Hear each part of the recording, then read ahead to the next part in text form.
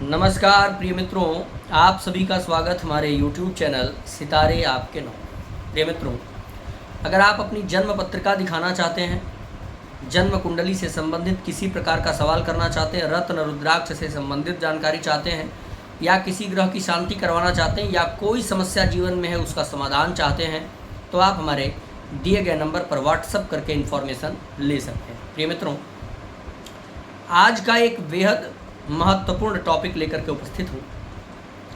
जन्म कुंडली में कब ऐसे दुर्योग बन जाते हैं, कब ऐसे विपरीत ग्रहों के योग बन जाते हैं जब जातक का विवाह तो हो जाता है पर वैवाहिक सुख नहीं मिलता। समाज के दृष्टिकोण से जातक विवाहित है, समाज के दृष्टिकोण से जातक के पास पति हैं, जातक के पास पत्नी है, परंतु जातक अकेलापन महसूस करता है। कहीं से भी थका मांदा आया, चाहे वो पति हो चाहे पत्नी हो, एक दूसरे को देख करके हर्षोल्लास की भावना नहीं आती, बल्कि मन निराश हो जाता, चेहरा गिर जाता। अगर ऐसी स्थितियां बन रही हैं तो कौन ग्रह जिम्मेदार है और क्या उपाय है, इस पर आज पूरी गहराई से चर्चा करने वाला हूँ। यहाँ तक कि अगर आपको रात्रि सुख नहीं मिल पाता अपने पार्टनर से, तो भी आपके जन्म कुंडली का कौन ग्रह जिम्मेदार है। आज तक किसी की वीडियो उठा करके देख लीजिएगा, आपको जवाब मिलेगा शुक्र का कमजोर होना। पर मित्रों, आज केवल शुक्र जिम्मेदार नहीं है, सबसे इंपॉर्टेंट ग्रह कौन है इसके लिए, इस पर हम आज गहराई से चर्चा करेंगे। अगर आप इस वीडियो को देख रहे हैं और यह वीडियो आपके काम की है तो प्लीज़ हमारे चैनल को सब्सक्राइब अवश्य कर लीजिए। इसी प्रकार की जरूरी चर्चाओं को हम करने के लिए उपस्थित होते रहते हैं।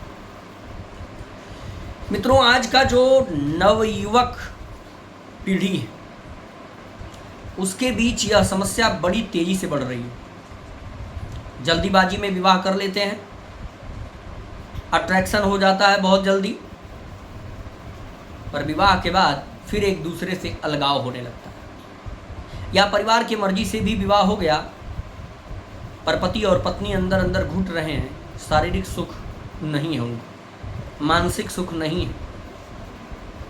एक पति पत्नी के बीच का जो तालमेल होता है वो नहीं बन पाता। एक बिस्तर पे होने के बाद भी अलगाव महसूस करते हैं, एक घर में होने के बाद भी दूरी महसूस करते हैं। कौन ग्रह जिम्मेदार है, क्यों ऐसा होता है, इस पर चर्चा करने जा रहे हैं। चलिए प्रिय मित्रों, जन्म कुंडली में जो शुक्र है, खास करके पुरुषों की कुंडली, भोग का कारक है, स्त्री का कारक है, सुख का कारक है।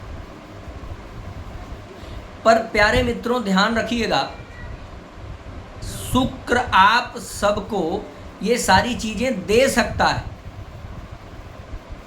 शुक्र ने आपको स्त्री दे दिया, शुक्र ने आपको घर दे दिया, शुक्र ने आपको लग्जरियस लाइफ दे दिया, लेकिन इन सभी चीजों में आपकी प्रवृत्ति कितनी होगी, आपका मन कितना लगेगा।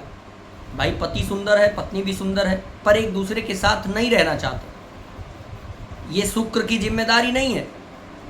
शुक्र ने आपको पार्टनर सुंदर दिला दिया, शुक्र ने आपको घर गाड़ी बंगला दिला दिया, अब आपको उसका भोग मिल पाएगा नहीं मिल पाएगा, ये जिम्मेदारी तो चंद्रमा की बनती है। अर्थात चंद्रमा मनसो जातः, चंद्रमा का सीधा संबंध मन से होता है। भाई, आपकी पत्नी अगर आपके साथ नहीं रहना चाहती तो उसका मन नहीं करता ना, या आपका पति आपके साथ नहीं रहना चाहता तो उसका मन नहीं करता। अर्थात बीमारी कुछ और है और दवा कुछ और करते हैं। तो मैं निवेदन करूंगा, अगर इस प्रकार की स्थिति कुंडली में बनती है तो आपको समझना क्या है। अगर ये घटनाएं किसी भी परिवार में हो रही, तो जिम्मेदार केवल शुक्र नहीं है, जिम्मेदार चंद्रमा होगा। चंद्रमा कैसे जिम्मेदार है, आपको देखना होगा कि जन्म कुंडली में चंद्रमा पाप ग्रहों से पीड़ित न हो, जन्म कुंडली में चंद्रमा 6, 8, 12 में न हो, जन्म कुंडली में चंद्रमा नीच का न हो, जन्म कुंडली में चंद्रमा शत्रु नक्षत्र में न हो, जन्म कुंडली में चंद्रमा अपने घर से 6, 8, 12 में न बैठा हो। प्रिय मित्रों, अगर ये सारी स्थितियां बन रही हैं तो चंद्रमा पीड़ित होता नजर आ रहा है। अगर इनसे मुक्त है, चंद्रमा स्वराशि का है, उच्च का है, केंद्र या त्रिकोण में बैठा है, शुभ ग्रहों के प्रभाव में है, तो अच्छा माना जाए। अगर चंद्रमा अच्छा है तब आपको शुक्र को देखना चाहिए।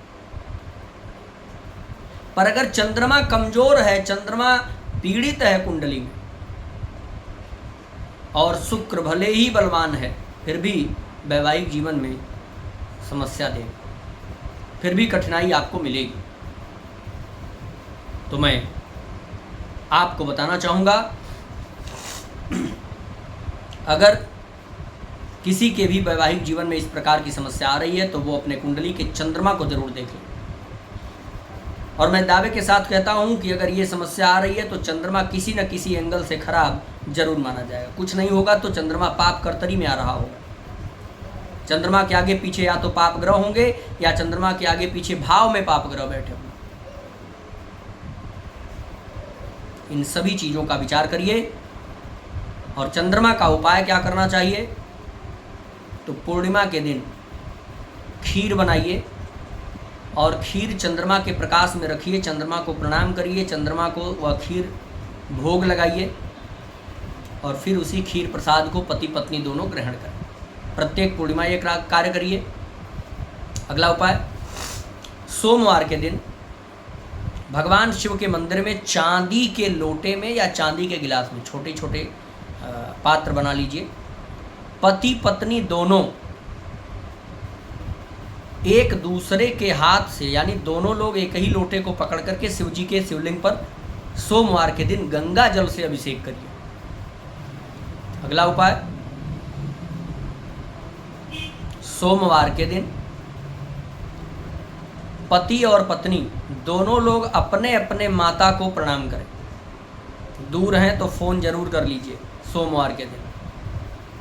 अगर माता जी नहीं है इस दुनिया में तो उनकी एक तस्वीर लगाइए, सोमवार के दिन उस फोटो के सामने अपना सिर जरूर झुकाइए। ये उपाय करना शुरू करिए, अवश्य ही आपको लाभ मिलेगा और वैवाहिक जीवन आपका खुशियों से भर जाएगा। तो हमें उम्मीद है कि ये जानकारी आपको पसंद आई होगी, और यदि ये जानकारी अच्छी लगी तो प्लीज़ चैनल को सब्सक्राइब करके वीडियो को अधिक से अधिक शेयर करें, लाइक कमेंट अवश्य करें। नमस्कार।